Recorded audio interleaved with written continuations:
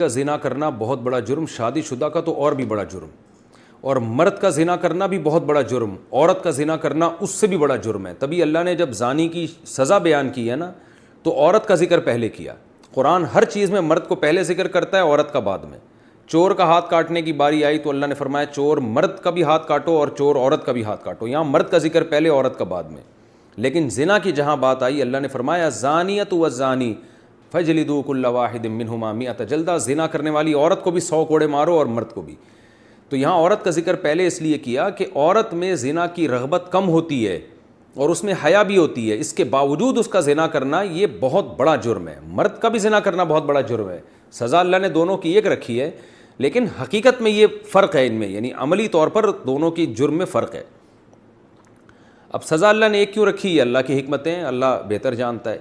تو شادی شدہ عورت اگر زنا کرے تو یہ اتنا بدبودار جرم ہے کہ قرآن کہتا ہے کہ اگر یہ ثابت ہو جائے گواہوں سے اور اقرار سے ایک مخصوص طریقے سے تو ان کو زمین میں گاڑ کے پتھروں سے ہلاک کر دو۔ تو اس لیے بھائی اگر کسی عورت سے بھی یہ جرم ہوا ہے یا مرد سے تو یہ بہت بڑا جرم ہے، ہلکا نہیں ہے۔ اب اسلامی حکومت نہیں ہے، لہذا اللہ نے پردہ ڈالا ہوا ہے اگر جرم کے اوپر، تو اب سزا تو جاری نہیں ہوگی رجم والی، اور وہ اپنے اوپر خود سے جا کے جاری کروانا بھی کوئی شریعت میں اچھا کام نہیں ہے۔ اب یہ ہے کہ چھپ کے گڑ گڑا کے اللہ سے بہت زیادہ توبہ کرے۔ اللہ غفور الرحیم ہے، بڑے بڑے گناہوں کو معاف کر دیتا ہے، اور آئندہ کے لیے ولا تقربوا الزنا، قرآن کہتا ہے ایسے کام بھی مت کرو کہ زنا کی طرف تمہاری رغبت ہو۔ تو اس خاتون کو چاہیے کہ خوب گڑ گڑائے اللہ سے اور کچھ صدقہ خیرات بھی کرے، اور دوبارہ من تاب وآمن وعمل عملا صالحا، جیسے اللہ نے سورہ فرقان میں فرمایا جو توبہ کر لے گا اور اپنے عقیدے کو مضبوط کر لے گا اور آئندہ نیک اعمال اختیار کر لے گا تو اللہ اس کے گناہوں کو معاف کر دے گا۔ تو ان کو چاہیے خوب اللہ سے توبہ کریں اور آئندہ کے لیے اپنی زندگی تبدیل کر دیں۔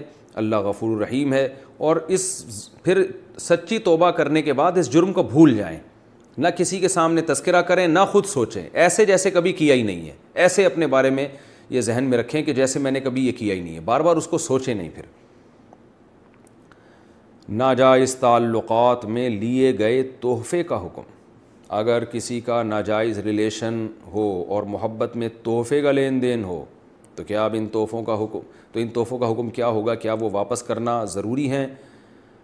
اگر اب اس بندے سے رابطہ نہیں ہے تو کیا اس سے رابطہ کر کے اسے سارے تحفے واپس کیے جائیں یا اس کی قیمت واپس لی جائے، یا اس کی قیمت واپس کی جائے؟ اس بارے میں رہنمائی فرمائیں۔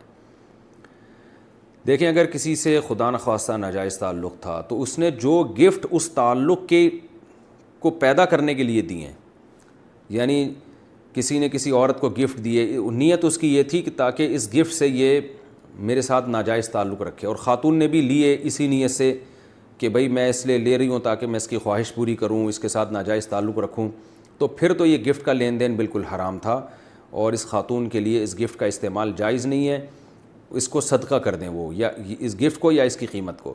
لیکن اگر ایسا نہیں تھا، گفٹ کی بیس یہ نہیں تھی کہ یہ تعلق برقرار رہے، تو ناجائز تعلق تو برا ہے لیکن گفٹ اس بیس پہ نہیں دیا گیا تھا، تو پھر اس گفٹ کا جو لینا ہے وہ گفٹ حرام نہیں ہوگا۔ ہاں یہ ضرور کہیں گے ناپسندیدہ ہے، نامناسب ہے، بہتر تو یہی ہے کہ اس کو بھی گفٹ یعنی اس کو بھی صدقہ کر دیا جائے، لیکن اس کا صدقہ کرنا پھر لازم نہیں ہے۔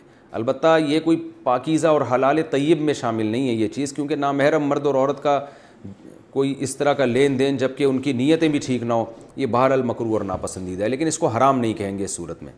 ہمارے زمانے میں زنا کی توبہ کیسے ہو؟ محمد فائق صاحب بھوپال سے پوچھتے ہیں، اس زمانے میں زنا کی توبہ کیا ہے؟ یہی ہے کہ بس اللہ کے سامنے گڑ گڑائے، کیونکہ بہت بڑا جرم ہے۔